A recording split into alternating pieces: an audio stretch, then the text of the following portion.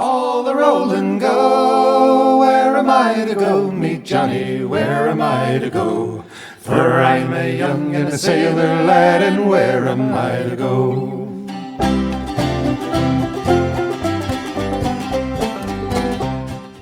Hello, and welcome to Where Am I to Go podcast.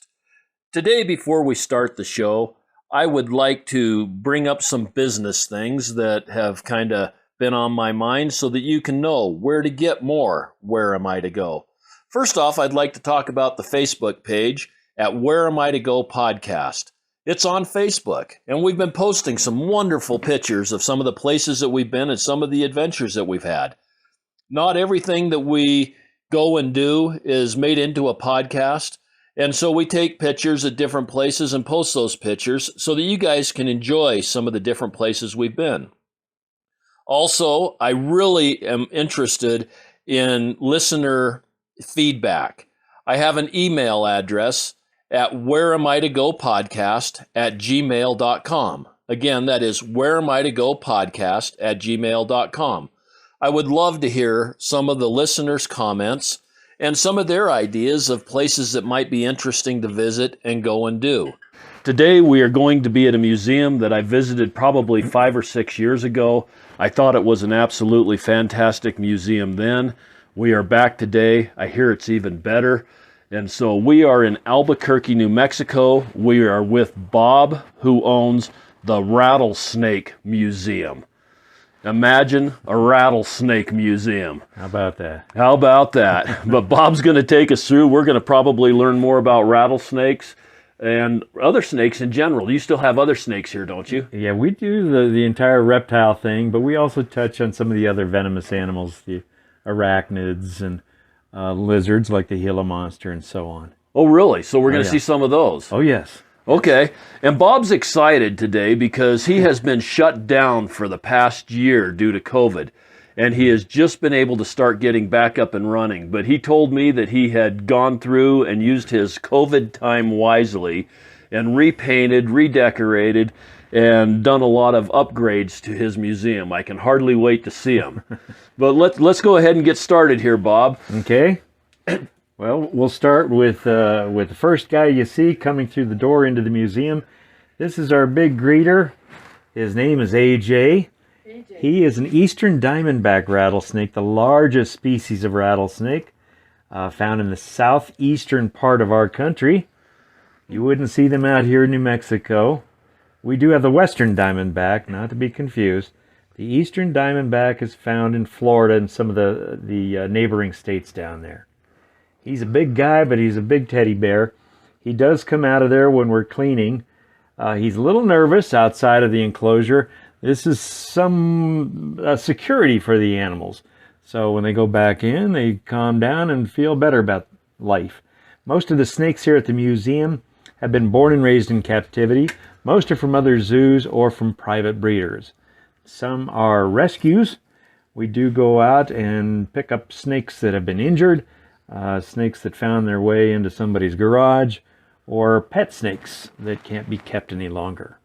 Okay, so you got a wide range of areas where you get your snakes from. Mm-hmm. Now, do you travel a long ways to get these snakes? Let's say somebody had a coral snake in California that got in their garage. Would you go pick that one up, or? We don't go that far. We have had several universities call. They have done studies using rattlesnakes. When they're finished, they need a home. We get a phone call. They say, could you use this species? And in a lot of cases, we can. And in almost every case, university professors have gotten in the car and driven those snakes to New Mexico. And I can only imagine they're getting paid to have a free vacation. Yeah. Mm-hmm. With a snake in the trunk. With a snake in the trunk. Okay, now this is a pretty good sized guy. How big is he? He is 6 feet 2 inches long now.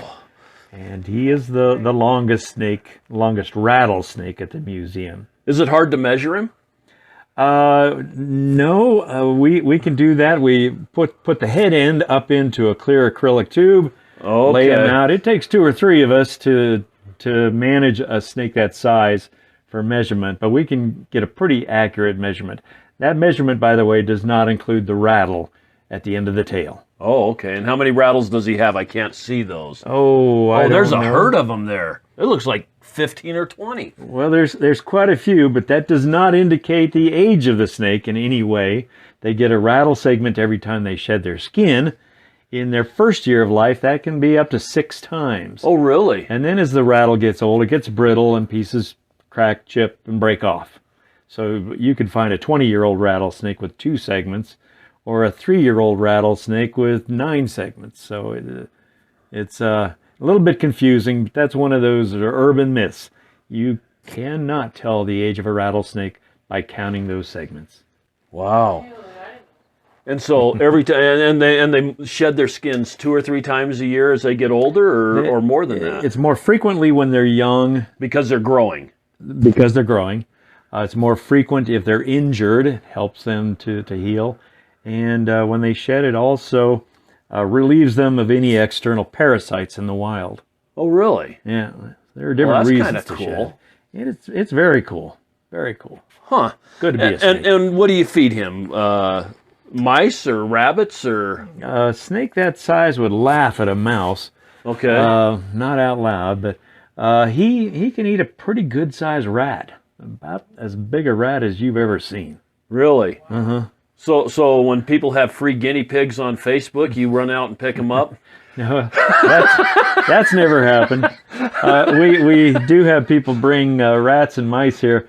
We can't take in live ones. We get our food for the animals frozen. Really? So we get packages of frozen mice of different sizes, frozen rats of different sizes.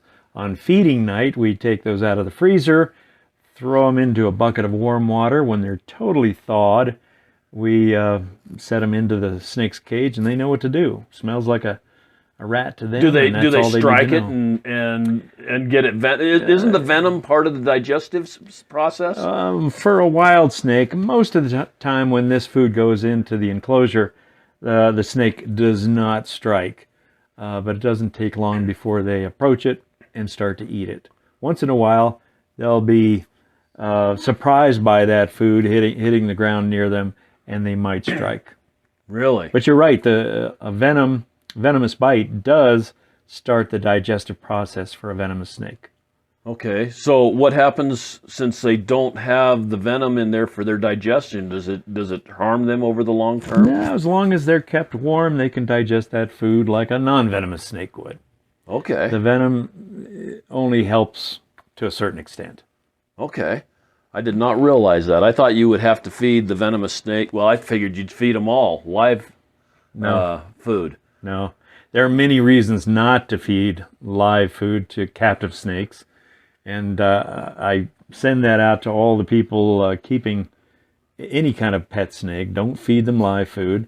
If they're not interested or they feel threatened by the food, they won't touch it. And mice and rats have been known to take big bites out of snakes, even causing infections and death to a snake. Really? I've heard of mice chewing the rattles off a rattlesnake, and he doesn't defend himself. He just shies away. Really? Mm-hmm. I never would have thought that. Another big reason we wouldn't feed live food here. You wouldn't want to be in this building if we had 500 live mice. No. It would smell like a farm. Well, actually, I think I'd rather deal with the snakes than what I would the mice. I would too. I'm not a mouse person. No. Okay. No. And so, snakes in the wild, will they pick up let's say a hawk picked up a gopher and dropped it on the ground and didn't eat it? Would the snake come along and pick up that dead animal, or would it have to be live for a wild snake? If it smelled fresh enough to the snake, he would eat roadkill. Really? Yeah. Yep. Wow. I just learned something. Well, not that it's hard to teach me things because I learn stuff all the time. That's why you're here. Now that's the first snake. We've got 75 more to go, and I've got to be out of here by 3 in the morning. Okay. Okay. So let's move this along. All right. We covered a lot more than just the snake, though. Now here's something you don't see every day. This snake is shedding its skin. Where is it? It's right These here. people in your podcast are going to go, yeah, right. They're just making that It up. just came out. No, It wasn't he's there. shedding his skin. He is shedding his skin. That's the banded rock rattlesnake. Wow, look at that. I've never seen that happen. Now that's one of the smaller species of rattlesnake. They don't get much bigger than that. 18 to 24 inches is just about it. And they shed their skin periodically, like we were talking. He just rubbed the skin off his nose, and I don't know if all of it's off his head there, but you can see he's starting to move out of the skin. He's trying to scrape it off. Wow. Their eye caps even shed. If they scratch their eyes, it's okay. When they shed the next time, they'll have a clear brill, the covering over their eye. Really? And they just kind of crawl out of that skin by rubbing it across the ground, or they do. They don't have to rub it up against a tree or something like that, or no. He's going to be a little more successful when he finds a rock within his enclosure that he can rub up against. Rubbing against the wall like he is, it's a smooth wall. He's not going to do so well there. But and does that hurt them, or does that feel good? Well, I guess you probably don't know, but I've never asked him. He's got a smile on his face. I think it feels good. I can only imagine it probably does. Huh. Some snakes will stop feeding while they're preparing to shed. It's probably a little uncomfortable, that preparation. What they do is secrete a moisture between the old skin on the outside and the new skin underneath, and it helps to separate the two layers. Then a week or two later, this is what happens. They start to move out of that skin. When that moisture is between the old and new layers, their eyes appear cloudy, almost a light blue color, and their colors overall are not quite so vivid. Right after a shed, the colors are bright, vivid, and it's a great-looking snake. This one's having a little time getting the shed off the right side of his face there. But he's doing pretty good. He's made another okay. couple inches while we've been standing here watching him. This is just fascinating. Now, he's not a real big snake. No. So, what, 18 inches? Yep, but don't take them lightly. They have a pretty hot venom. A bite from that snake could put you in the hospital. Okay. Couldn't all of them? Well, if you're bitten by a rattlesnake, I always suggest you get to the hospital and have them check it out. They can determine whether or not you've been envenomated. But a snake this size has small venom glands and relatively small fangs, but it's a hotter venom than even the eastern diamondback. It's a good thing that these are smaller snakes. Okay. And they kind of live down in southern New Mexico, southeastern Arizona, and on down into Mexico. Mm-hmm. Okay. And then our next one? Right. There are several different species of rock rattlesnakes. This next one is also a New Mexico species and protected in this state, the mottled rock rattlesnake. Actually, very beautiful. What do you mean protected? You can't kill these ones? Can't kill them, you can't catch them, you can't take one home with you. So you get to see this here and probably not anywhere else? Maybe in a zoo. Okay. Mm-hmm. And of course, they've all got the real diamond-shaped heads and the rattles on their tail. Right, that rattle is very important. A lot of people look at snakes, small snakes like this with bands instead of the diamond shape that a lot of people would expect of a rattlesnake. And it's only the rattle that gives them away as rattlesnakes. This mottled rock rattlesnake, as you can imagine, hides very well in a rocky environment. Oh, yeah. Pretty snake. Are they kind of rare? Is that why they're protected? Or in this state, their range is so small that they would be uncommonly seen. Their range is bigger in Texas, and I'm not sure, but I believe they're protected there too anyway. Okay. And how big do these ones get? Just That's about it. A couple feet. Okay. Mm-hmm. Okay. The next one. Next one is the black-tailed rattlesnake, one of the prettiest species of rattlesnake.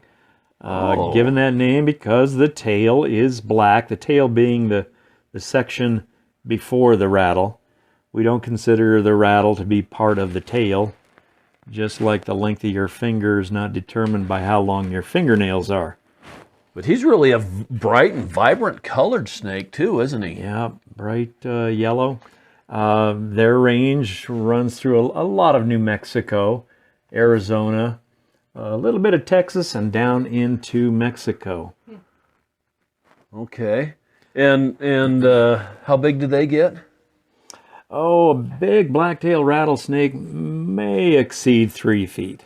Okay. So most of these rattlesnakes are really smaller. Or how many different species of rattlesnakes are there? Depends on whose book you read, most recently. But in the 80s, 84 or so. Really? Different rattlesnakes. Species and Do subspecies. they Yeah. stay in these certain environments because of weather environment or feed? You mean the wild, Yeah, the wild ones. counterparts? Yeah. A lot of them are where they are because of geographical features and climate. Okay. And what did they do when you guys had your cold snap back in February? Well, in different parts of the country, rattlesnakes will go underground and do the reptile version of hibernation. Right. Get down underground far enough that they're below the freeze line. In New Mexico, that's not too far down, but it does get cold enough that they do go underground. In northern states, they'll go deeper Right. and perhaps be down longer. Okay. The rattlesnakes in our area are emerging this time of year. They'll sit in the sun themselves for a while, warm up, but go back down when the temperatures drop in the evening. Okay. But another week or two, they'll be migrating away from their dens in all different directions. Okay. And our next snake is the... This is the timber rattlesnake, probably the most famous and infamous of the rattlesnakes. This is the snake you would see on the early American flags with the Okay. slogan, "Don't tread on me." The timber rattlesnake is the snake that early settlers would have come across in the eastern half of the country. They get a little bit bigger. It's not unusual for one to go over 4 feet, even 5 feet. Wow. Their venom is pretty potent, and with their size and the venom potency, they should be respected. Okay. And that was kind of a big reason that it was used on the flag. We see rattlesnakes depicted on a lot of early American flags, but not the bald eagle, which is our national symbol. Right. A lot of the early Americans wanted to use the rattlesnake as our symbol. It made sense to describe ourselves as having being somewhat like a rattlesnake, where we don't go out looking for trouble, but we will defend ourselves if we need to. And that's how we thought of ourselves. We weren't going to start the fight, but we were sure going to end it. Okay, and rattlesnakes for the most part are pretty non-aggressive? We don't even use that word. At best, they're defensive. You have to go to them to get bitten. People accidentally step on them, and they would assume they're being attacked by something, and they'll defend themselves. If you try to catch one or kill one or pick one up, they'll defend themselves in the same way. But if you stand back, give them their space, spend some time with them, and take a picture or two, they're fine with that. As long as they don't feel threatened, they're fine with you. And what's their striking distance? 3 times their body length, or? No, in general, it's about half their body length. Oh, really? We always suggest you don't test that. Right. Don't get up there and test it out, because their strike is fast, probably faster than you can get out of the way of it. You'll never see a snake charmer using a rattlesnake. It's always a cobra. The cobras have a potent venom, but it's a slow strike. Okay. So they're more likely to get out of the way of that strike, but not a rattlesnake. Okay. Rattlesnakes belong to a group of snakes known as the vipers, and a subgroup known as pit vipers. They've got that pair of heat-sensitive pits in their face, and the pit vipers and true vipers are fast-striking snakes. Okay. Not the kind of snake you want to test. Okay. So when you say take pictures, stand back 5 feet away from a 4-foot snake or 6 foot away from I'd give it 10 or 15 10 or feet. 15? Just to keep it safe. Okay. Wow. And do they I've heard rumors of, I had a rattlesnake chase me. Yeah. Not going to happen? It's not going to happen. Okay. I have people tell me that on a fairly regular basis. If it's a 20-year-old, I'll explain to them what the situation was. You probably turned and ran, just imagining the worst, that snake was on your heels. If it's an 85-year-old guy, I'm not going to try to talk him out of that because he's believed it way too long. And I'm not going to change his mind. But, now, are some of the other snakes more aggressive that way? I've kind of heard the same thing about water moccasins and cottonmouths. Maybe those are the same thing. I don't know. No snakes are aggressive towards people. We're not food for them. We're dangerous to them. If we do come in contact one-on-one, we're going to win the fight with a tool if we're smart. But we're not food, so they're not going to approach us. They're not going to chase us. They're smart to do their best to stay away. Okay. Yeah. And how many people get bit in the United States a year? Oh, probably 5,000 or 6,000. That's quite a few. We have maybe 5 deaths per year in this country. Really? It's a rare thing to die from a snake bite. Snake bite results in death maybe 1 in 1,000 times. Really? So, and is that just because the medical profession can take care of it, or is it because they usually don't get enough venom to kill, or... Yeah, when a rattlesnake strikes a person, you could receive what's called a dry bite, where it was a strike and a bite and no venom was injected. In that case, you're perfectly fine. Now, if you don't know one way or the other, I'd say get to the hospital and let them decide. How would you decide a dry bite versus a wet bite? Well, I mean, if your wits are about you, you can determine that by the feeling at the bite site. You're going to have some tingling or pain or swelling, and then you know you've been envenomated. Now, maybe one quarter of the number of people that are bitten receive that dry bite. You're one of the lucky ones. The other 3 out of 4 times you might have received a mild envenomation, a moderate, or a severe envenomation. And in most cases, it's not enough to kill a human being. With modern medicine, anti-venom used on snake bites, it almost eliminates the possibility of death. Okay, and if you do get bit by a snake, do you have to identify which particular brand of rattlesnake you got bit by, or is the anti-venom kind of across the board? It is across the board. The anti-venom used on rattlesnakes in this country and copperheads and water moccasins is one and the same. Okay. They call it a polyvalent antivenom. It's used on multiple species. So if you're bitten by a rattlesnake or a copperhead or a water moccasin, they're going to treat you the same way. I tell people don't bring the venomous snake to the hospital because they're not going to let you in. and they're going to treat you the same with the same medication either way.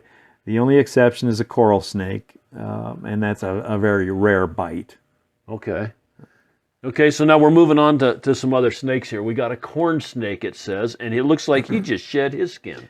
He did shed his skin. We always leave a shed in one cage or another so people can see that and the conversation can get started. The corn snake is on exhibit here as we're talking about reptiles as pets. Reptiles, snakes in particular, make real good pets for people that don't have a lot of time to spend with their pets. People that are traveling a lot can't have a dog or a cat. They're not there to maintain it. But a pet snake can sit in its enclosure with a nice cool bowl of water for a couple of weeks, and it won't bother them a bit. Dang, I've been kind of concerned about somebody breaking into my RV. I'm thinking I might get a snake and put it right at the door, and that way nobody will come in. We've got stickers in the gift shop up here. Actually, I have one on the back of a little teardrop camper I built that says Rattlesnake Transport. Mm-hmm. Linda just showed me a rubber snake, and I about jumped through the roof. So, Anyway, okay. Since we were closed for COVID so long, we had to take the theater area out. The chairs have been moved out. We moved a lot of new enclosures in. So we have, maybe 30 new snakes on exhibit that weren't here prior to COVID. These 5 here, well, 4 are examples of those. Lower right is the coach whip snake, probably the fastest moving snake in North America. That guy Now, is that one venomous? Not venomous. He's so pretty. He looks like fast. he's covered in copper. Yeah. I mean, he's really bright and shiny like a copper penny. Well, people come in, they tell me they want me to ID a snake. If they don't have a picture, but they tell me it's pink or pinkish or reddish, it's almost always in this area going to be the coach whip snake. They're different colors in different areas. They get big. They can go over 6 feet. Wow. And they move like the wind. Huh. That is cool. Most common snake here in New Mexico and throughout a lot of the country is this bull snake. In the west, known as a gopher snake. In the east, a pine snake. And it's a common snake. It's pretty good size. A big snake, mouse and rat eater. And best to be left alone to do what they do best. Okay, now the bull snake in Wyoming, where I'm from, they hiss just like a rattlesnake. If you come up on one, you're going to hear a hiss, but then they've got to take a breath. Right. Whereas the rattlesnake can continue the rattle sound going all the way through, but it's true. almost indistinguishable between the two noises. You're right about that. And in addition to that, they shake their tail, the same nervous habit that the rattlesnake has. So people see that tail going and they hear that hissing sound and get very confused. And these ones here are quite a bit bigger than we have. Prairie rattlers up there, Right. and they don't get very big, but these bull snakes can get quite large. And the hissing and all that. The 2 easiest ways that I know of to identify them is when they're twitching that tail. You look at it and see if it's pointed versus has rattles, and then the other thing is their heads are round versus triangular shape. Well, they do have a different shape. Although when a bull snake is agitated, sometimes that head flattens out, and that can even appear to be the shape of some of the rattlesnakes. Oh, really? Yeah. Okay. So, best thing to look for is that rattle. Okay. Or become familiar with the snakes in your area. To someone like me, a bull snake and a rattlesnake don't look anything alike. Right. But to somebody that doesn't know their snakes, they're one and the same. It's pretty hard to see a snake when you're running the other way as fast as you can to get on top of something like a car or a tree or maybe a tall building if it's nearby. Yes. Sorry. Exactly. You're not seeing the same thing I see.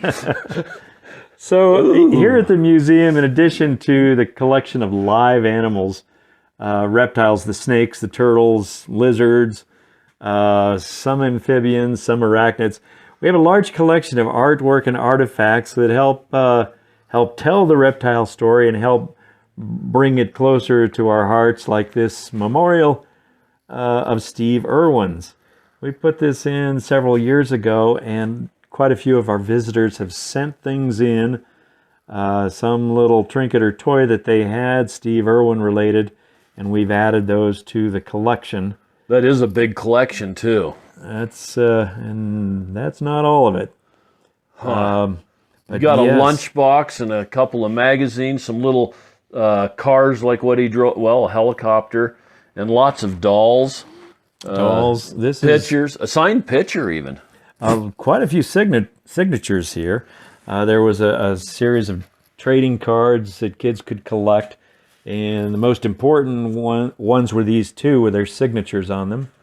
We have Terry Irwin's work shirt from their early days together when Australia Zoo was known as Queensland Reptile Park, started by Steve's dad.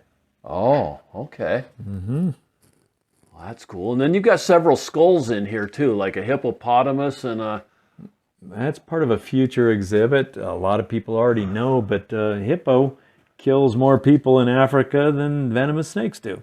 Really? So it's a more dangerous animal and fast moving. A lot of people don't know that. I wouldn't think that they were real fast, but I'll take your word for it. Okay. Haven't had one chase me yet. This next snake is a rescue snake. It was somebody's pet that could no longer be kept. The green tree python. I love bringing people over here, people that say snakes are ugly, they don't deserve to live, and they look at something like that and takes them back. He's cool. He's really bright. He's kind of a bright green with a bright yellow belly. And he's just kind of hanging upside down off of a branch. Spends all of his time up off the ground. Really? Yeah. Oh, well, he's a tree snake. Yeah. Okay, that explains it. Yeah. Okay. Okay, and then the Mojave rattlesnake here is a potently venomous snake. Its venom is a little more dangerous than a lot of rattlesnakes.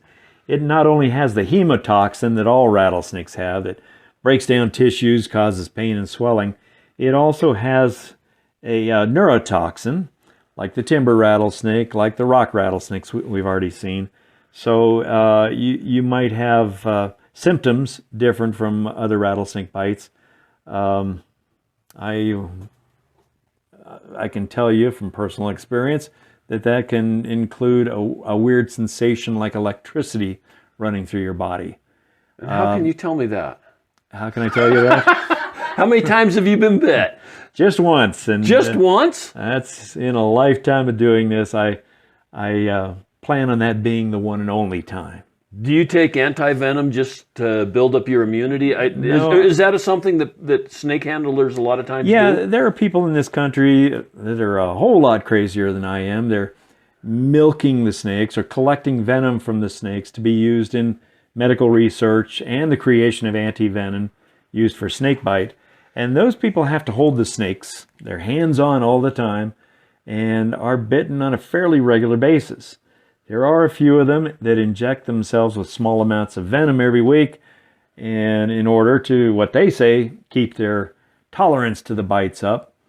There was one gentleman that lived to be 100 years old. He did that all his life. Really? And provided a whole lot of venom to the research efforts. Different diseases include things like cancer, AIDS, pain,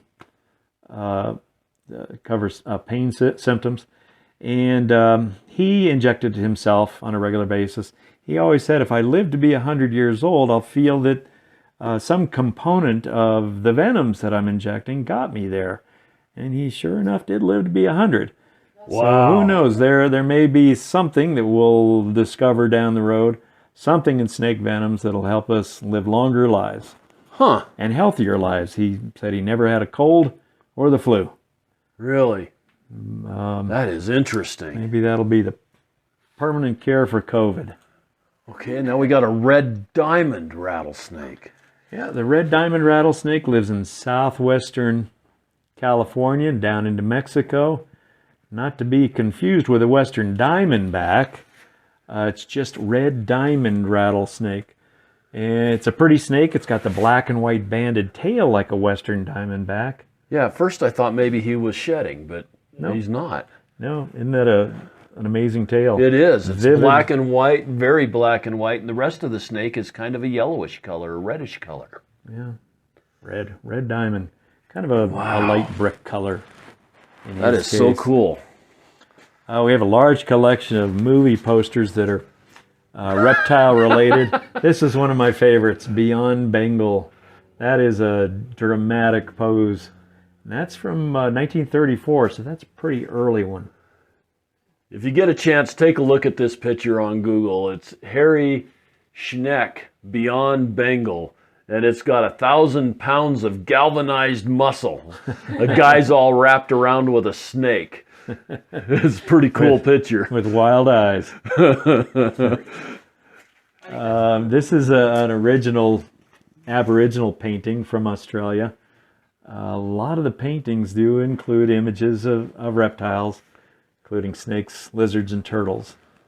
That was donated by a lady in Australia who has a fondness for rattlesnakes and has kept in contact with us for 20 years now. Wow. And she bought this from the artist and sent it on to add to the art collection. Beautiful. And then you've got a lot of different snake figurines made out of jade or different stones, pipe stone. These are all Native American. The stone carved fetishes of different animals. Here at the museum, of course, all those animals are reptiles and amphibians. Kachina collection, some of the snake dancers and other reptile-related kachinas. You'll see a large collection of those in the next room. Oh, as we cool. go back. And this here's just a little guy. This is one of the smallest rattlesnakes out there. He won't get much bigger than that. Really? And he's probably at about 13, 14 inches. That is the desert Massasauga rattlesnake, another New Mexico species. It can be confused with a baby prairie rattlesnake. Okay. Yeah. He's just a cute little thing. He You almost sure want to is. hold him, huh? Almost. Just short of almost. One of his cousins is this dusky pygmy rattlesnake that would be found Oh, he's a pretty snake, in too. the east. Yep. You can see by the range map here that most of his range is in Florida, but southern Georgia, Alabama, Mississippi are also part of the range. Huh. He's really pretty. Yeah, he's really dark colored, but his spots are really dark black, and the rest of him is kind of a root beer brown. Yeah, pretty snake. He is. Behind you, we don't keep live horned lizards here, horny toads to those of us a little bit over 30 years old. But this is an exhibit of sculptures, hand-painted sculptures of each of the 14 different species of horned lizard. 14 different species of horny toads. Here again, a lot of people think there's only one, but that's not the case. Some of them are pretty good size. That one there's 6 inches long. That's the largest of the horned lizards. Wow. Yeah, they're kind of hard to find, aren't they? I mean, They're hard we to live see. in Wyoming, and I find one a year, it seems. I see a horny toad running someplace. And they mostly eat ants. They do. Right? Uh-huh.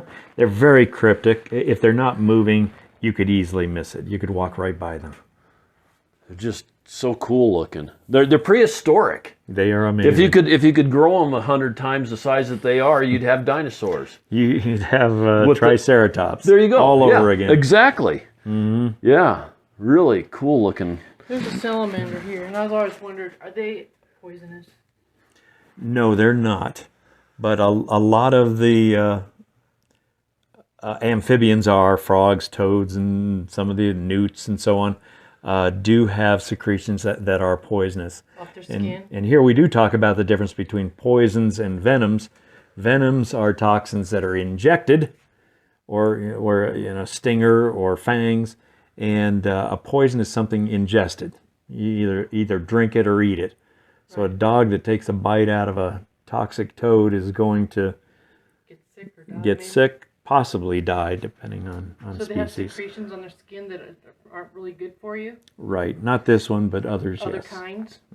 Okay. Okay, now those secretions that are poison, if it's on the end of a dart, that would be the same as ingesting, correct? Yeah, well, that is a toxin from the skin of a toad or frog. Right. And some of those are extremely toxic and will kill. Okay, now are there poisonous snakes, or are all snakes venomous? Technically there are no poison. Well, I got to be careful because I believe there's a snake out there that if you were to take a bite into it, you might be poisoned. Okay. And the same snake might turn and bite you, and then you've been envenomated. Okay. But most snakes, the vast majority, if they have anything, they've got venom, not poison. Not poison. Okay. Here it's kind of explained in this exhibit of the differences between those. We've got our toxic, our poisonous toad, and the venomous snake.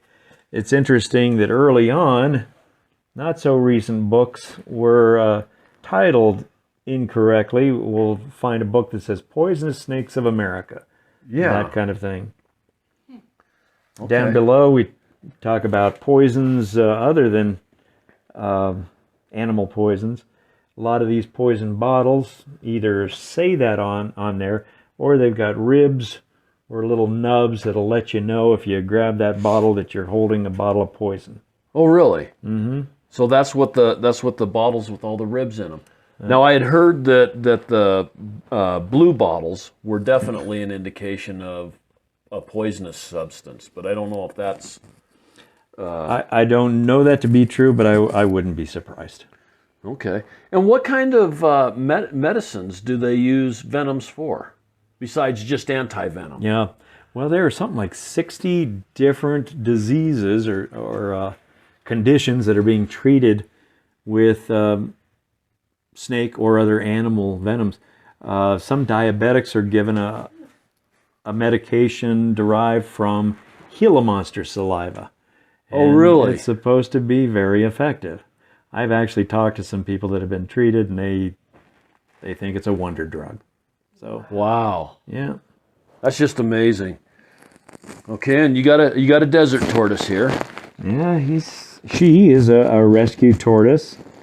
Most of our tortoises are not on exhibit quite yet. We have an outdoor enclosure, and it's still a little bit cool, but they'll be out on exhibit real soon. Okay, now I just got through reading something on tortoises. I don't even remember where it was. It says that you don't ever want to pick them up by the side of their shell because that hurts them. And Not so much, but it scares them. A wild turtle might evacuate all the liquid in their bladder, and that's not good especially for a desert animal. But that's how they save themselves from, say, a dog that might pick them up. okay. Here behind you too, I wanted to mention a collection of habusaki, the snake wines from the east. Say what? Snake wines. Snake wine, and if you notice How do closely, you ferment a snake? well, you put it in a bottle of alcohol. Now, I've smelled this stuff, and it smells like a decaying snake in a bottle of alcohol. Ooh. Personally, I wouldn't take a swig, but some people do drink the stuff. And they've got the snakes inside the bottle. They're in the bottle. Wow. The next shelf up are ceramic sake bottles in the shape of snakes. Now, do they use venomous snakes in these, or are they non-venomous? Well, typically it's a snake called the habu. Okay.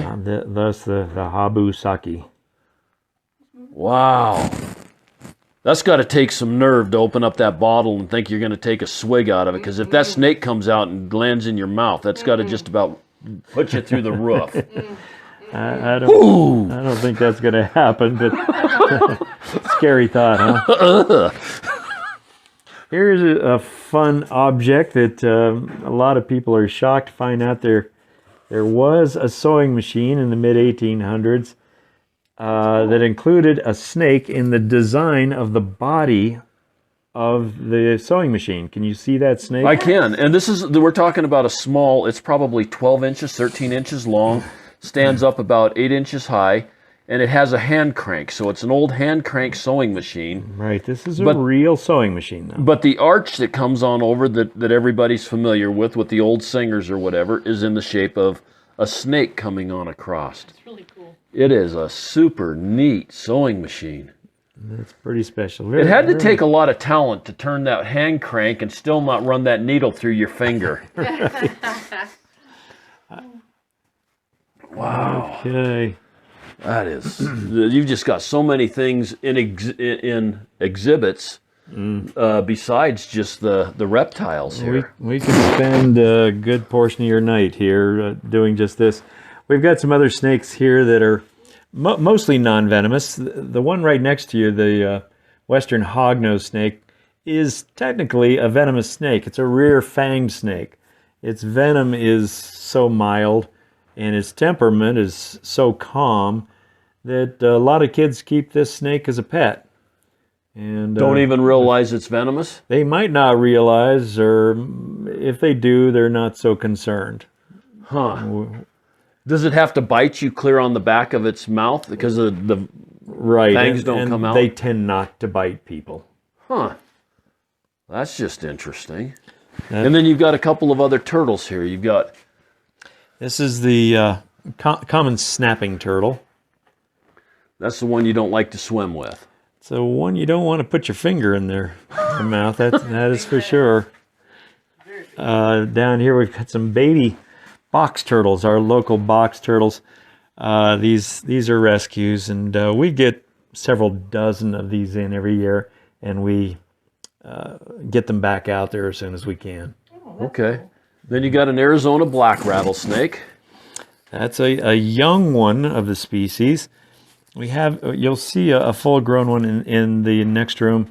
They're much more patterned, vividly patterned as a young snake, and they lose that pattern and get darker as they age. Wow.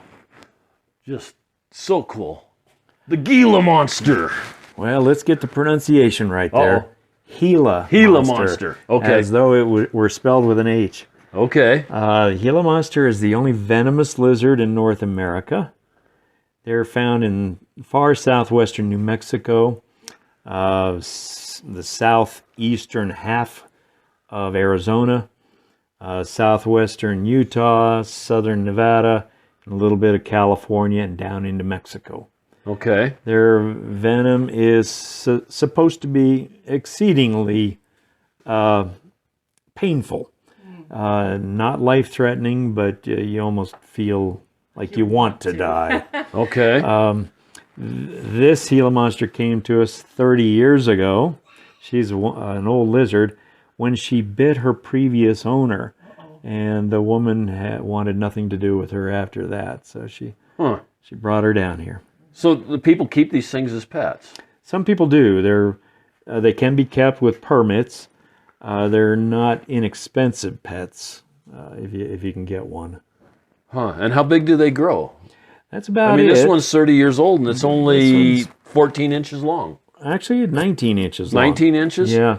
I think the record is only about 22 inches, so not much bigger than this. So monster isn't really a good definition here. I wouldn't say so. I mean, they're Must be the bite. again left alone. They're quite sweet. They lumber along. They're not fast moving, but they will bite if they need to protect themselves. Okay. And then we move on into the next area.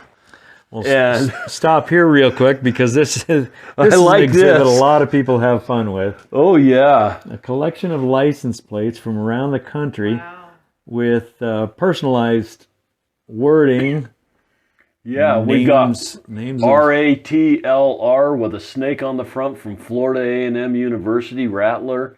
Michigan, it says S and then Nakes afterwards, Nakes. Ohio, there's a Snakes, SNAKEZ. New York, there's Ven, M, Us. It's all separated out. Kansas, there's a Got Venom with some GOTVENM. Turtles. Boy, there's just all kinds of Snake Bit and Viper. Slither. And Hiss. Now, 67 Cobra. Okay, now I know what he had. Yeah, right. And right. it's. Now, a lot of these have come to us in an interesting way. They come from zookeepers. Oh. A lot of zookeepers will have personalized plates like this, and when they get a new one, they send it off to us. We're fairly well known across the country for our collection of rattlesnakes and memorabilia.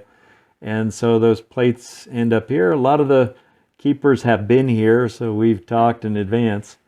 The one license plate down there that says Hiss was on the back of a Shelby Cobra that I saw in a car show. And I talked to him for quite a while, and I said, if you ever get rid of that plate, I've got a home for it. And about 2 years later, he walked through the door. He says, I didn't forget you. Here's my plate. I sold my car, but here's the plate that was on it. That's too cool. Behind you, two more movie posters. A Boris Karloff movie called Snake People. I'm sure that was... that one's not nearly as amazing. Dramatic as the other, but she does have a snake on her neck. Yeah, I mean, like biting her on the neck.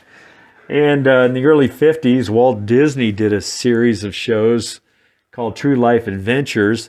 This one, called Prowlers of the Everglades, has quite a dramatic image of an alligator. Yeah. Looks like you could just about go right down his throat. I'd say so. Okay, we're going to take a real quick break before we get into this room. And our sponsor is going to tell us a little bit about what makes this podcast happen, and so we'll be right back.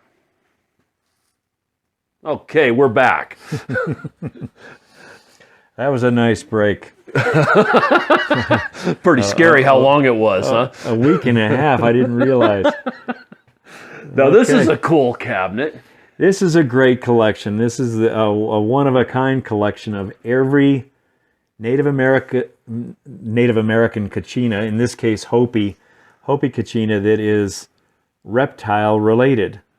Most are snake related. On this shelf we have the turtle kachina, the frog kachina, the lizard kachina, a couple non-reptile, the spider woman kachina, and the bumblebee kachina. Now, all of these kachinas are about 12 inches tall. They're kind of, how would you describe them, as far as they're almost animal-like humans that have different headdresses on them and different costuming. Mm-hmm. Okay, and so that's what a kachina is, and he's got a whole herd of them here. They're Native American dolls. Now, this is mostly Southwest type. Well, Hopi is going to be Southwest. Right. Hopi Right. is in Arizona. Other big kachina carvers are the Zuni in western New Mexico. Okay. These are all carved by one carver from Hopi, who has carved on average one of these each year for the last almost 30 years. Wow. So it's quite a collection. He has told us that the Smithsonian only has 4 out of these 32 kachinas. Really? So, I hate to say it, You've got the Smithsonian, but collection. You got to get to work. Or get him to work. Also, according to him, a lot of these have never been carved or are rarely seen. These 2 in particular, he says, are so uncommon and so sacred that he can't even divulge their name and can't tell us the first thing about them. So I sure glance at them every time I walk by. Oh, yeah. Knowing that I know nothing about them. And what do the kachinas represent in the Hopi religion or Hopi tradition? Yeah, they have different functions. The kachinas are part of ceremonies, and they won't say it this way, that they're humans dressed up. They are actual deities, entities that act as disciplinarians to the children. Sometimes they're clowns. They'll entertain, this kind of thing. Some of the snakes, the snake dancers, are part of a rain ceremony, bringing on the rain in the fall. And so they just bring these dolls to these ceremonies, or No. or they personally dress up like this? Again, yes, but that's not the way it's described.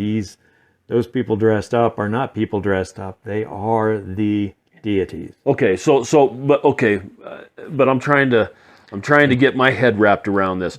So the medicine man, let's say, puts on the costume of this deity and dances with their circle or whatever, and takes on the semblance of that particular god or that particular being. Right, and there are over 500 different Really? kachinas. Yeah. Wow. This guy that's been doing these for us is now about 80 years old. He just did this one for us. It's got tadpoles in the headdress, so we had to include that. But the last of the snake kachinas that he did was this one. There was an empty space there. We knew it existed. We were waiting. And I'll tell you, I was on the edge of my seat worried about his health when we had one kachina to go. He's a nice guy, so I worried about his health more than I worried about the kachina, but I was sure relieved when he brought that doll in and we could finish off the collection. Okay, I understand now better what's going on with the kachinas, because I've seen different things like this in different Southwest museums, and never really understood what the significance of the doll is. But the doll's just a miniature of what they are actually portraying. Yeah, the dolls were carved and still are carved and given to the children with the story behind that particular doll, and that's how the stories are passed on from generation to generation. Okay. Now That is so cool. the traditional dolls are carved this way with the hands drawn in as almost part of the body. They're carved out of one piece of wood, but instead of the arms being out like this, they're drawn in, and that way they weren't broken so easily by the kids. Okay. Yeah. That makes sense. But still, they got big noses and snakes protruding, so I'm sure that there was breaking in other ways too. Yeah. And all of the Kachina carvers have their own style, but the features of a particular doll are going to be the same from carver to carver. Yeah. Wow. Okay. That makes so much more sense. I'm so glad I learned that at a reptile museum because I hadn't learned it at Southwest Museum. That's the plan here. You're going to learn a lot about a lot of things. This is another fun collection, the bottle collection, because it's been added to by so many of our visitors. Oh, yeah. We have about 300 different beverages, mostly beer and wine, that have reptiles as part of the label. Jones Soda is an exception to the beer and wine thing. But you got alligators and turtles and everything has been used. Lizards and all kinds of things on the Jones Soda. But we get people in from all over the country, and they look at this collection and they go, "You don't have our rattlesnake beer." So next thing we know, we get a bottle of beer in the mail. And this collection of Tuatara beers came from New Zealand, where the Tuatara, a native reptile to that island, and only that, well, 2 islands. A gentleman started a microbrewery there, decided to do the Tuatara beer. He knew about our collection somehow and sent one of each. Wow. So we got all of his different beers on exhibit. The bottles are embossed with the pattern, the scale pattern of the animal going up the neck. That is so cool. That's and then you've got different, you've got Yukon Jack snake bite kit, the black sheep of Canadian liquors, Yukon Jack snake bite, Sweetheart Mexico tequila with a snake with his tongue way out, almost looking like he's breathing fire. Some Cobra brands, just all kinds of different energy drinks, Venom energy drinks. King Cobra beer. This is it's a pretty rattlesnake. It's got the rattlesnake skin on. What is that? Stony Creek, a beer. Believe it or not, that one came from Sweden. Did it They don't really? have rattlesnakes in Sweden, but they produce a rattlesnake beer. And a couple brought that, knowing they were going to come to the Rattlesnake Museum. They brought that along and presented it to us when they arrived here at the museum. So every one of these bottles has a great story behind it. We could do a whole podcast on just reptile labels and named beers. Oh, and you got another. Oh, it goes on. and Wow. on. Well, we might have to do that another time. Okay. So that we're not here till 3 o'clock in the morning because you said something about you wanted to. I'm out of here at 3, whether we're finished or not. Okay. Okay. Okay. These are some of the animals that were not on exhibit until we closed down for COVID, and we started bringing in these enclosures and animals that had been off exhibit. This is a hybrid snake. Its parents were 2 different rattlesnake species, the eastern diamondback and the timber rattlesnake. He had never seen anybody but me until we opened him a month ago to the public again. Wow. And so how did this breeding happen naturally, or is it something that happened here? That was a captive breeding, not here, but with a reptile breeder. Okay. Okay. Then you got an eastern diamondback. Yeah, this is an eastern diamondback that's gaining in size to the first snake you saw coming through the door. We have mates for a lot of the snakes off exhibit, and we have future exhibit animals also off exhibit waiting for their place. Now, how in the many sun. snakes do you have off of exhibit? Lots. Lots. Yeah. Lots of different kinds besides just the rattlesnakes, or? Mostly rattlesnakes. We have a few other things. Some of the big pythons we don't have on exhibit right now. That one is You've got some big pythons then. Reticulated pythons and Burmese pythons in particular. We do have some of the ball pythons on exhibit. And how much does it cost you to feed all of these snakes? Lots. Same number. A lot. Yeah.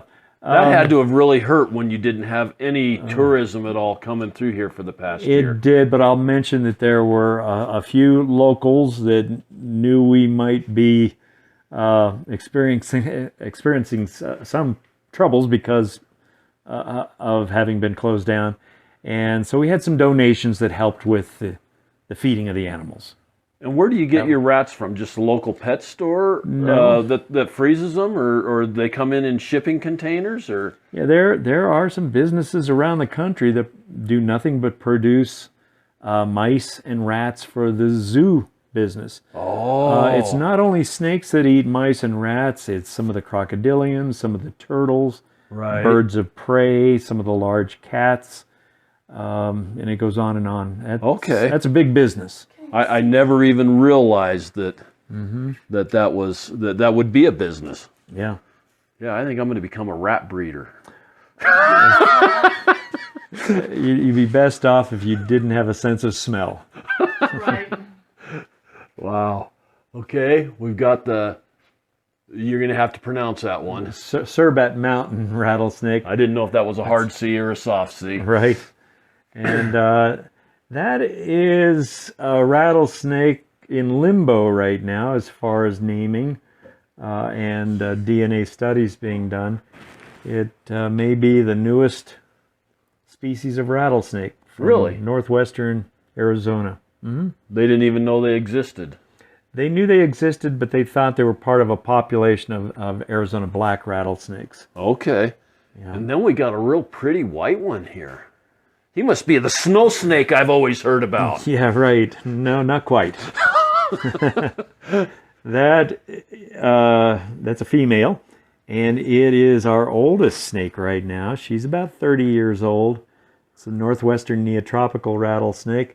Again, if you look at the range map, you can see that they're from southwestern Mexico. Okay. And why do they blend in with the sands or something? Is that why they're so white, or are they just that obvious? She's got a color aberration. They're not normally that color. We used to have her brother on exhibit. He was what I described as a gray-green color with black markings, where she is a very pale yellow with a pale tan marking repeated down her back.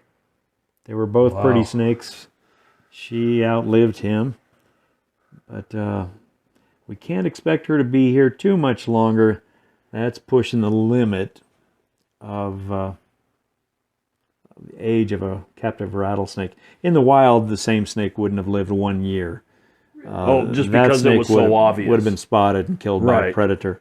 And most of these snakes, wild rattlesnakes, are food for so many different species of animal that most don't live that first year. Really? I'd say at least 9 out of 10 are killed. And what eats them? I know that I've seen birds of prey, but how come they don't kill the birds of prey with... Birds of prey are faster and more agile than a baby snake. Baby snakes are defensive, they have to be, but usually they don't land a strike because these... Well, I've seen some of those birds carrying ones that are 1.5 feet, 2 foot long. Oh, yeah. But the bigger they get, the better chance they have of protecting themselves. But as young snakes, they don't do so well. And do they kill a lot of birds of prey that are preying on a snake that size? Or are their legs tight enough that the fangs don't penetrate? Or well, bird of prey is less likely to take on a big rattlesnake. They know better. Okay. But there are animals like badgers that'll go head on into a full-grown rattlesnake, take strikes to the top of their head without any effect. They can't penetrate the fur and hide, and they wear the snake out and then go in for the kill. Really? But other animals that eat rattlesnakes would be skunks, foxes, coyotes, even bears. Wow! If they need food, they'll take a rattlesnake. It seems like a pretty risky attempt there. Yeah, but even small animals taking a bite from a rattlesnake usually do pretty well. Do they? Not so much with the rodents. Mice and rats are are food for so many of these snakes, and they're small enough that the venom overcomes. What about secondary infections? I've always heard that almost the most dangerous part of a snake bite is the after effects, the infection, No, Not really. not so. No. Wow. You would be more apt to have an infection from a cat bite. Really? Oh yeah, a lot of people are bitten by their pet snakes without any adverse effects. I never would have thought that. I always thought that it would have been highly infectious. Just even a dry bite would get you because of infection. Yeah, usually not.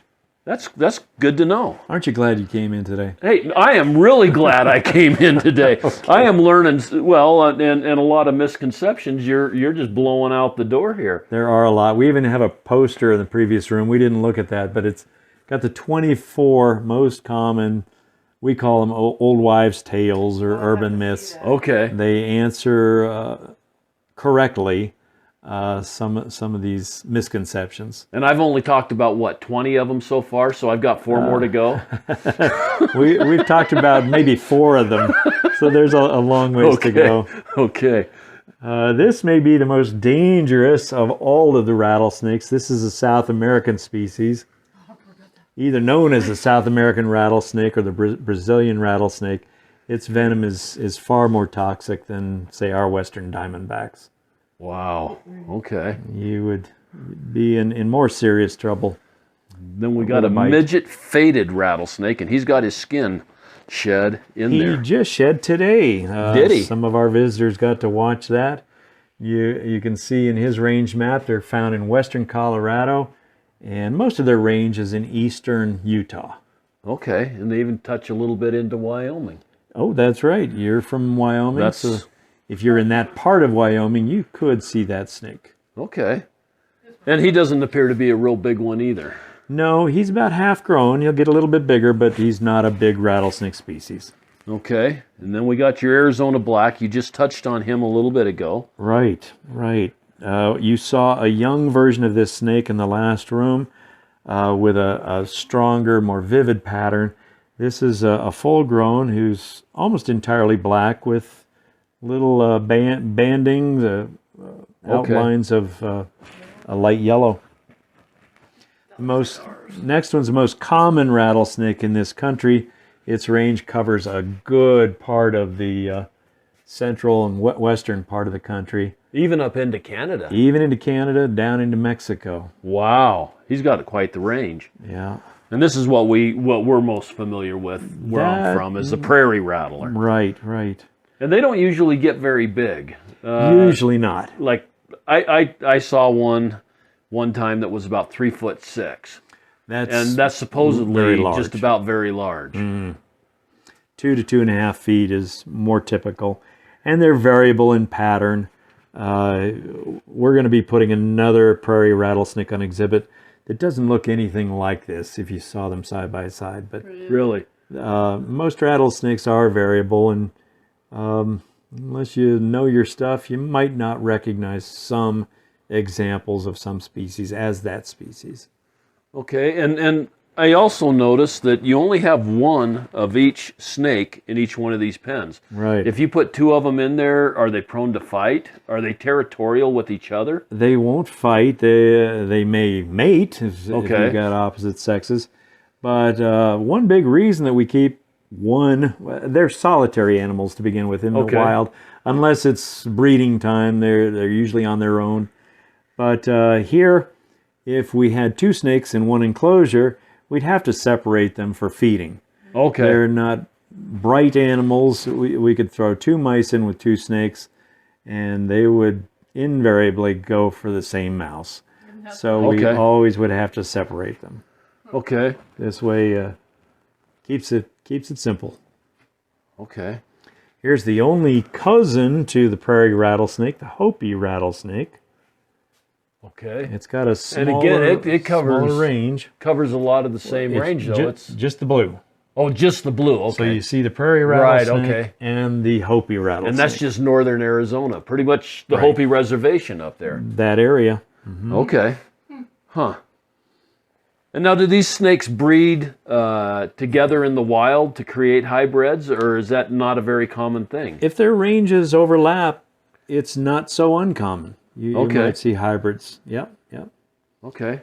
Now, of course, an eastern diamondback and a western diamondback would never come in contact with one another, so a wild hybrid there would be out of the question. Well, what about a prairie with this Hopi? That's a very good possibility Okay. along the part of their ranges that overlap. These are all what we would consider in this country to be pet snakes. They're wild snakes in Africa. These are the ball pythons, otherwise known as royal pythons. They're very quiet snakes, tend not to bite. They're more constrictors, aren't they? They are constrictors. They're not venomous. And by constrictor, you mean they wrap themselves around the prey and just squeeze until there's nothing left. Until the animal can't breathe, right? Wow. These ones here aren't the real big ones. You said you had some big ones that you don't have on display. Big species of python, like the Burmese python, yeah. These are all different color patterns and colors of the ball pythons too. Over here on the far left, got a sidewinder rattlesnake atop, and right below it is the horned viper from the Middle East. That one from Egypt. They're on exhibit side by side to show the similarities of the two snakes from opposite sides of the planet. And they look very similar except for coloration. They're about the same size. They move across the ground with that side-winding mechanism. They both have horns above their eyes. If you look close. What's that for? I was noticing Well, that. nobody knows for sure, but there are all kinds of theories. Huh. They're cool looking snake. Nervous. She is a bit nervous, and her father, who was on exhibit here for years, was the same way. She's a western diamondback, but she's got an abundance of the dark pigment known as melanin, so she looks almost entirely black. This snake is a western diamondback missing the melanin altogether. So interesting. So some people would call that an albino. We call it amelanistic, missing the melanin. So those two snakes look nothing alike, and yet they are the same species. Wow. And so is that a recessive gene thing where, like albinoism? Right. To be an albino, both parents would have to contribute that gene. Wow. Up above, we got the southern Pacific rattlesnake and the northern Pacific rattlesnake. And as you can guess, Southern California all the way up. Northern Pacific rattlesnake would go all the way up into southern Canada, but eastern Washington and Oregon would have that particular snake. Wow. And now I noticed that all of your containers, aquariums, they're not aquariums, they're terrariums, I guess, display cases, all say, do not tap. Mm-hmm. Okay, why do we not want to tap besides we don't want to do it? Well, it's annoying. You can imagine if you're in an enclosure like this, leading a peaceful life, and some little kid comes up and starts banging on what in essence is a drum you're living in, it can be threatening.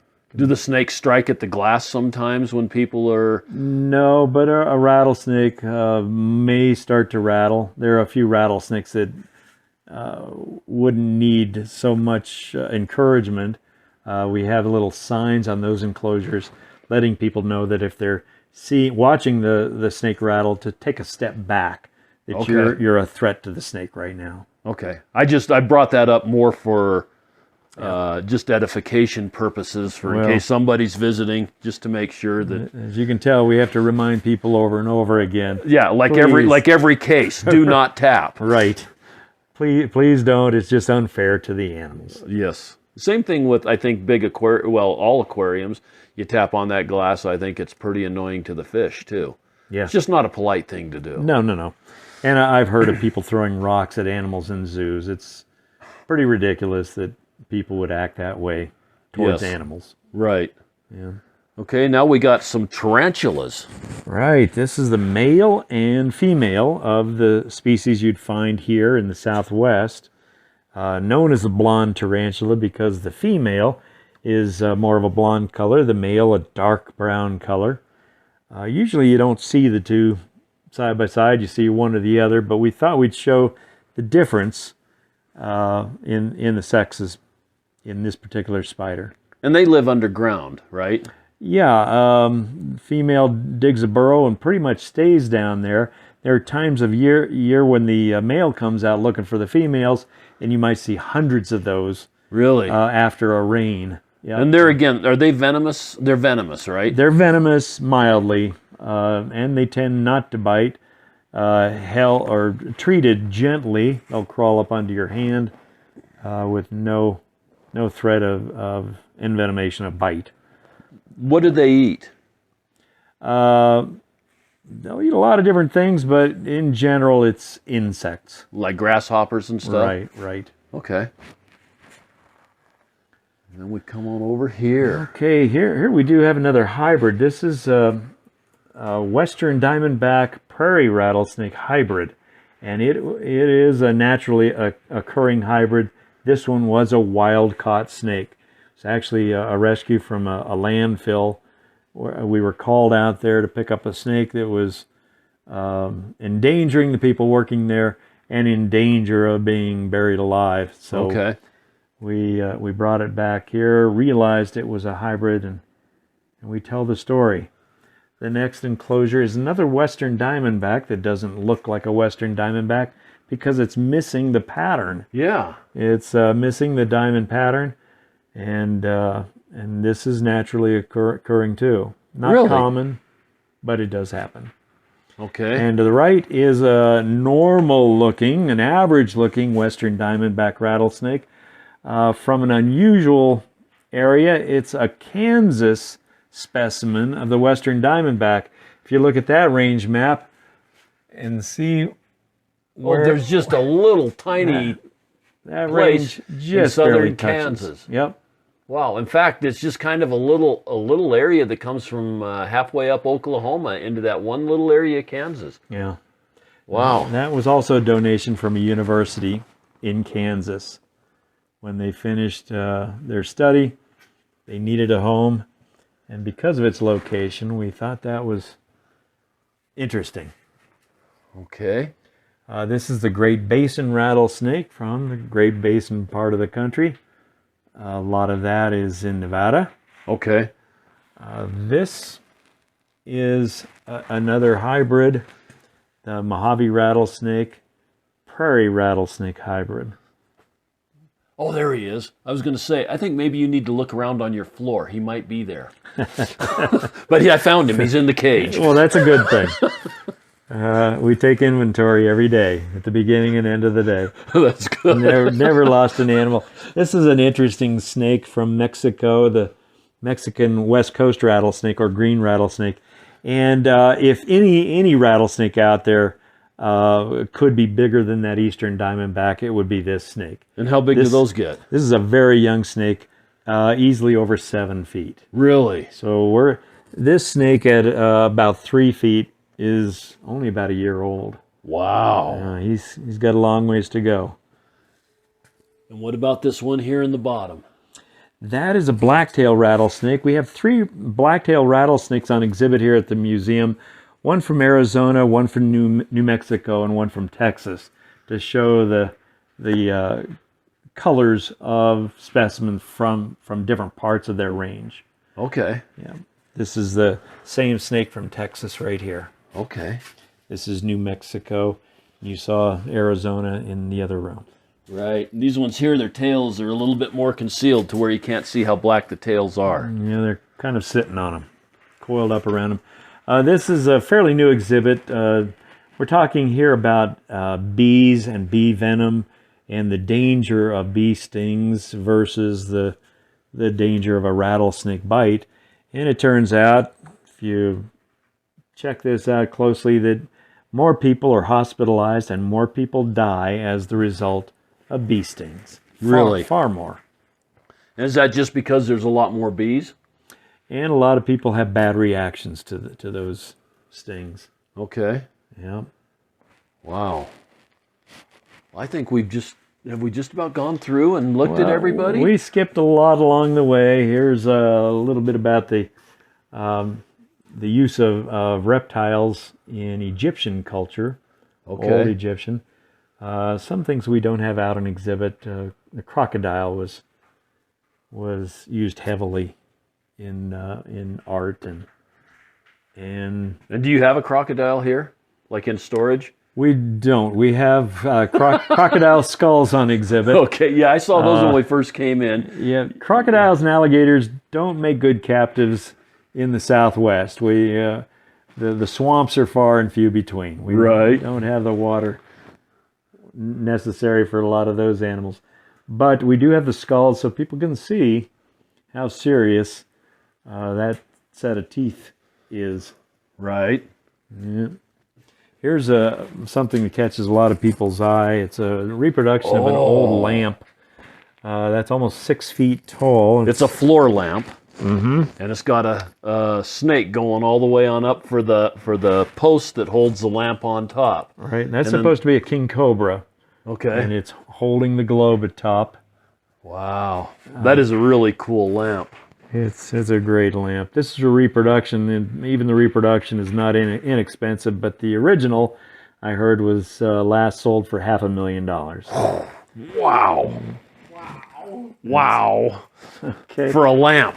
Up here on the left is the true-false quiz. Uh-oh. Okay. We've covered some of that. We have covered some of that.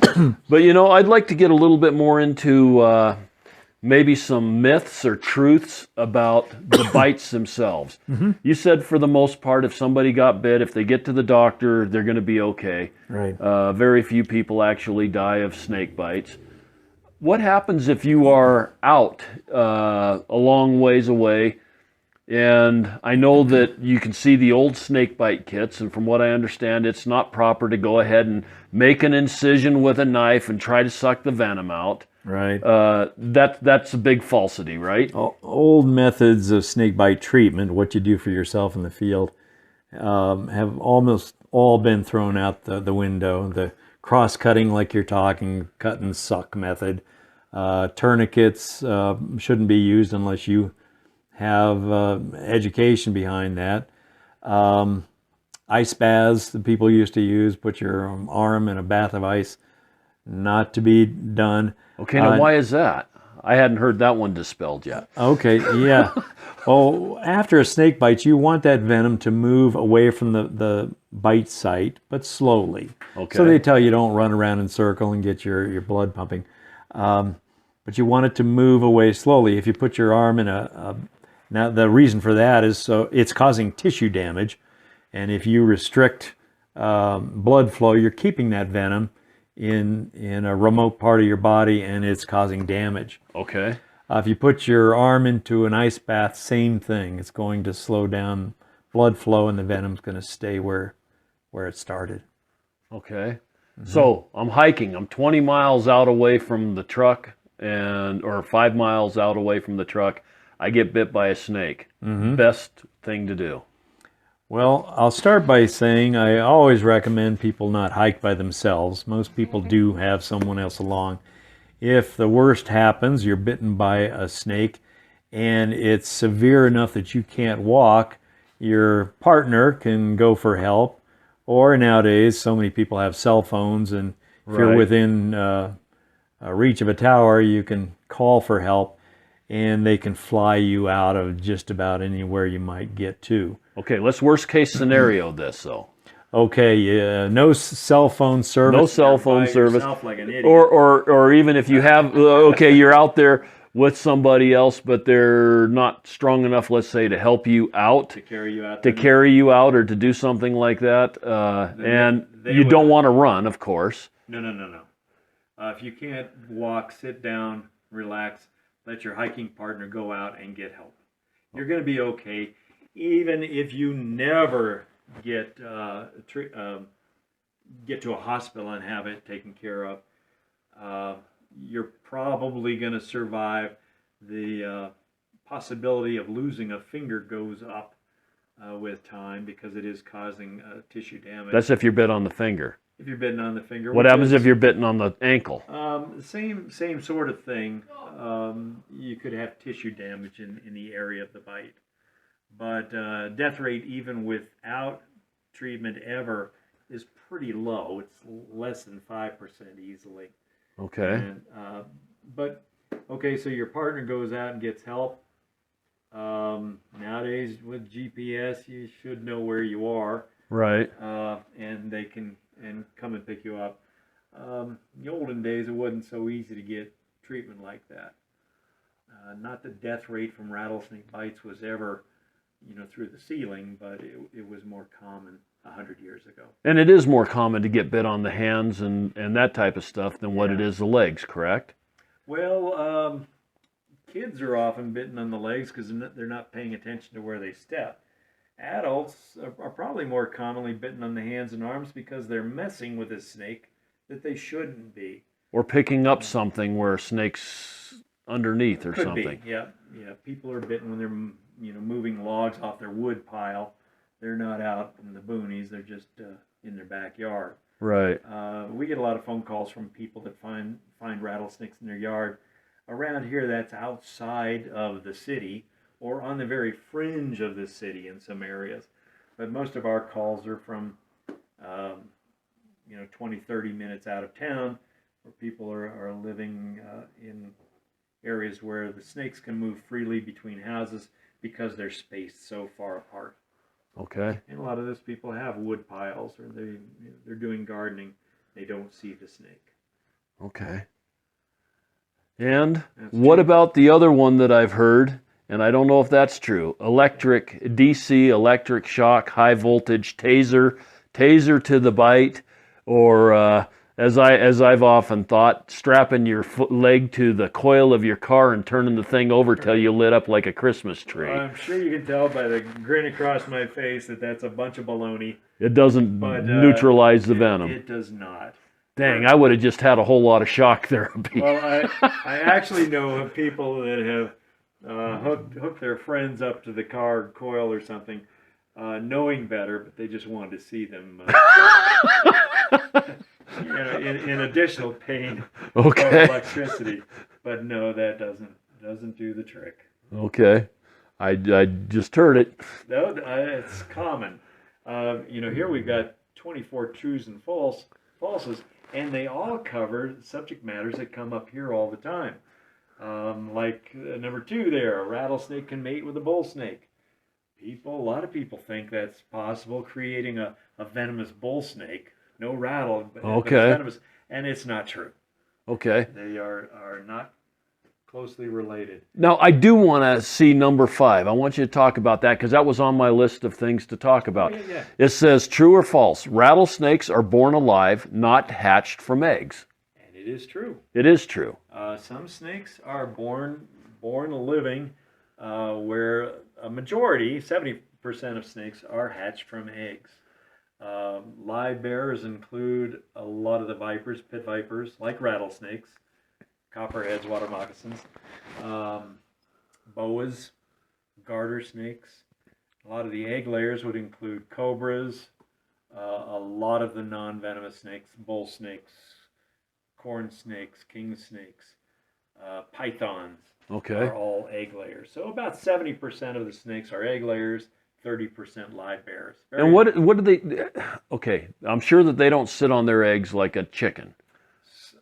Some do. Do they? Uh-huh. And they don't have any body heat because they're a cold-blooded animal. They twitch. You take a big python, she'll wrap her body around a pile of eggs and twitch and actually create some heat in that way. Really? Yeah.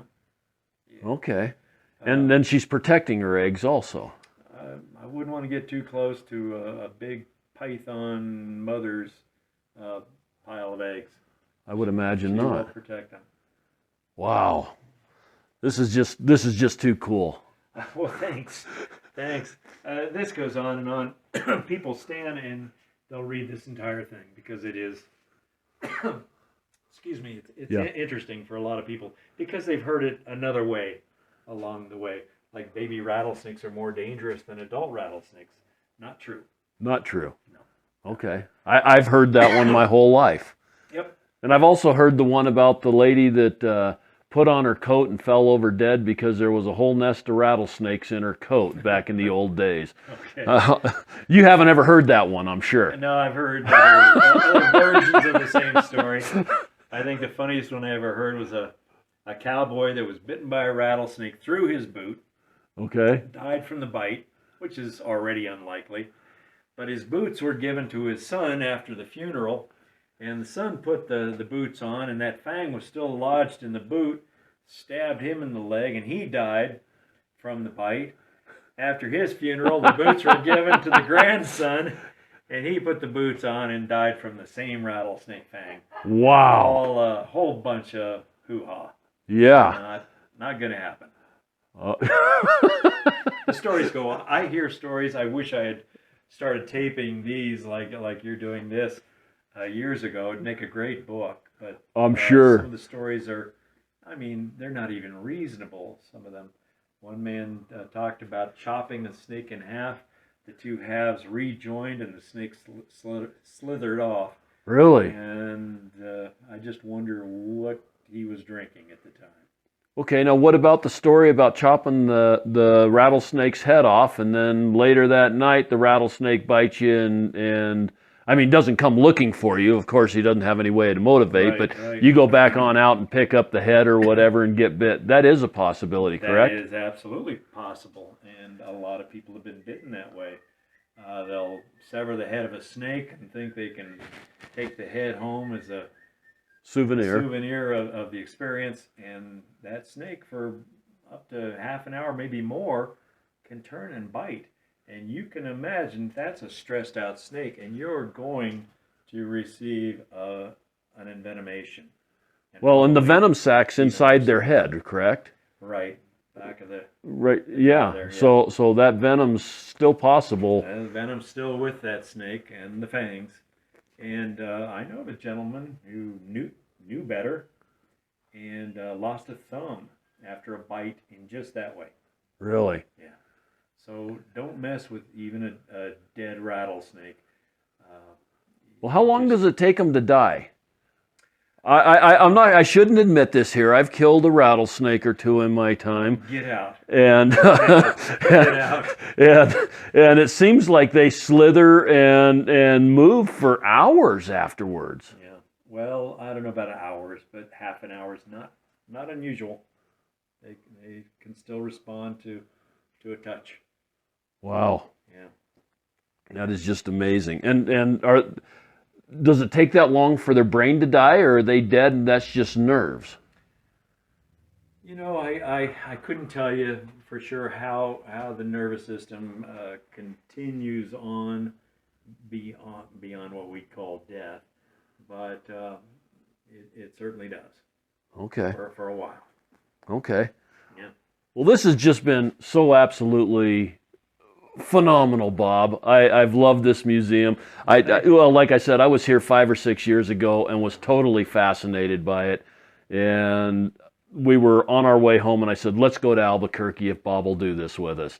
So, and I called up Bob and I says, hey, we look for unusual museums and things that I find interesting, like maybe a rattlesnake museum. And he says, hey, how about that? I think I know a guy with a rattlesnake museum. Come on over. Yeah. So this has been absolutely great. You have a website. We do. It's about to be changed. Our website is antiquated. We don't even have access to it. A lot of the information is current. Some is not, including hours now that we're out of COVID. Some of the prices have changed. Hours are up to date on Google and Facebook. We have 2 Facebook pages. What are the Facebook pages? One is under just Rattlesnake Museum. Okay. The other under our full name, American International Rattlesnake Museum. Okay. And they're watched over by 2 people in one case, 1 in the other. And so the information could be different. The photos available there are going to be different. Okay. But there's good information out there. Well, I know if you Google Rattlesnake Museum in Albuquerque, New Mexico, you can get a web page of some sort. It has your hours listed, Right. and it does have the after COVID hours listed. Okay. And I'm sure that those are going to be changing as time goes on. It's going to take probably a month and a half or so before this thing actually airs. But so by the time this airs, your hours may be all the way back to up and running, we can hope. Right, we're 3 days a week right now. We hope to be at 6 days a week by summer. And what's the cost to get in here? Right now it is $4.95 for kids, $6.95 for adults, and $5.95 for seniors, military, students. These would be students 13 years old to 113 years old, or teachers with ID. Okay. We offer a special price for teachers too. That is way too reasonable. I used to be a teacher, so I definitely have a soft spot there. Yeah, that's very reasonable admission fees.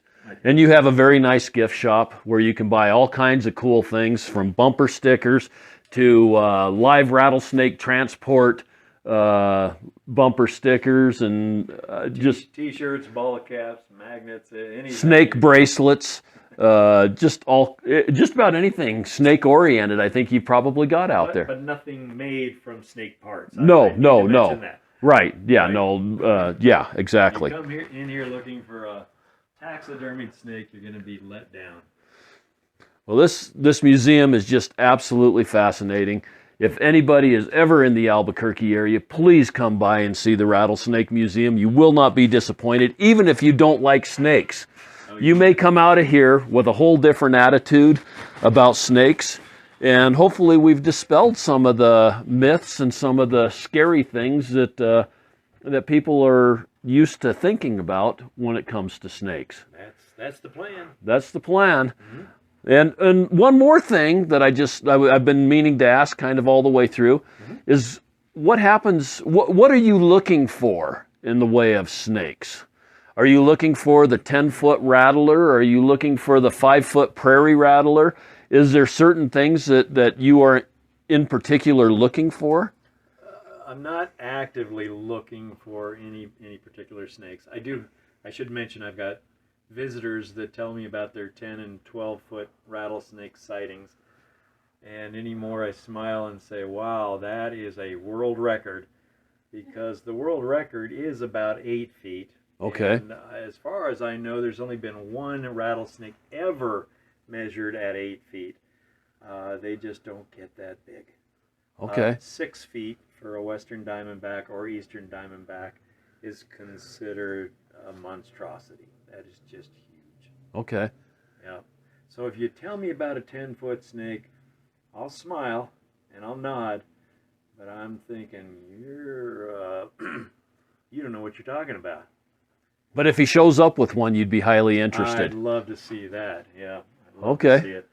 If you measure a rattlesnake skin that's hanging on the wall and it measures it 7 feet, the live snake was probably about 5.5 feet. Okay. Off the snake, they do stretch, and that doesn't count.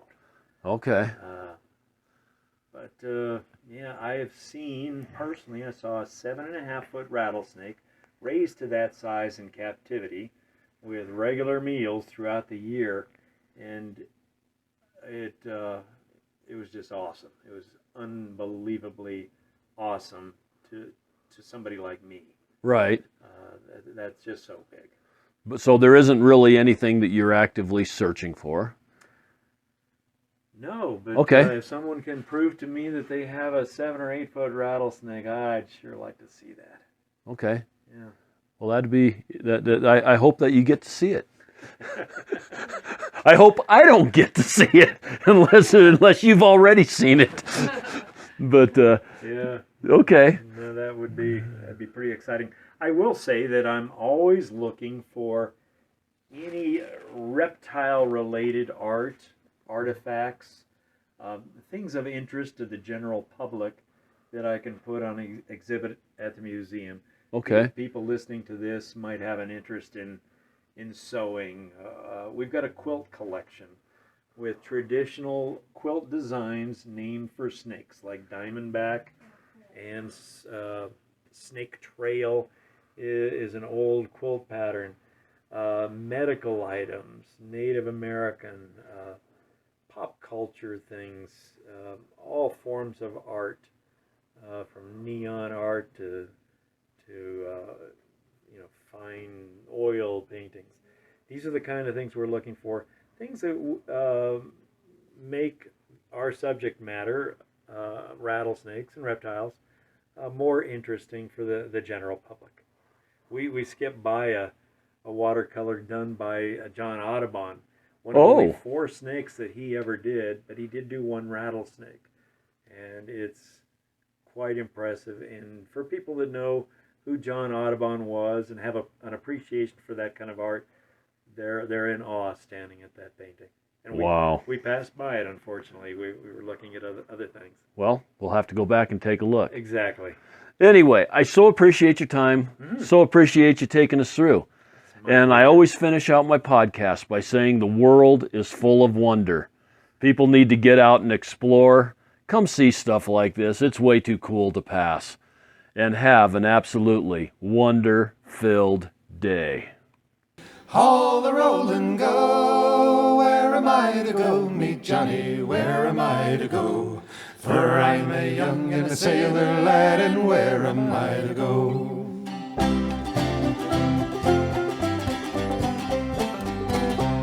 It's out along the topsail yard, that's where you're bound to go, Johnny. Way, hey, hey, haul the roll and go. It's out along the topsail yard, take the topsail in. For I'm a young and a sailor lad, and where am I to go? Oh, where am I to go? Meet Johnny, where am I to go? Johnny, way, hey, hey, haul the roll and go. Where am I to go? Meet Johnny, where am I to go? For I'm a young and a sailor lad, and where am I to go?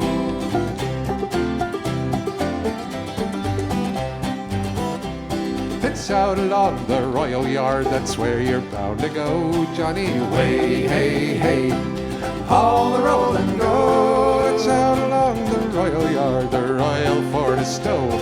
For I'm a young and a sailor lad, and where am I to go?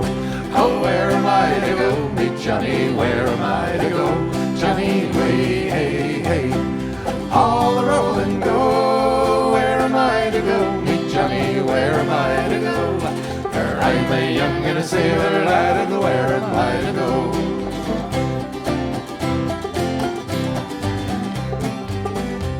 You're bound away around Cape Horn, that's where you're bound to go, Johnny, way, hey, hey, haul the roll and go. You're bound away around Cape Horn amongst the ice and snow.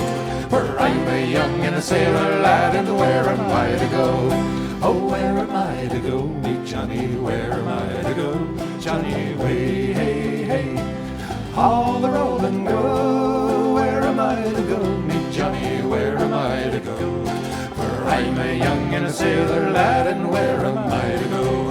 Oh, where am I to go? Meet Johnny, where am I to go? Johnny, way, hey, hey, haul the roll and go. Where am I to go? Meet Johnny, where am I to go? For I'm a young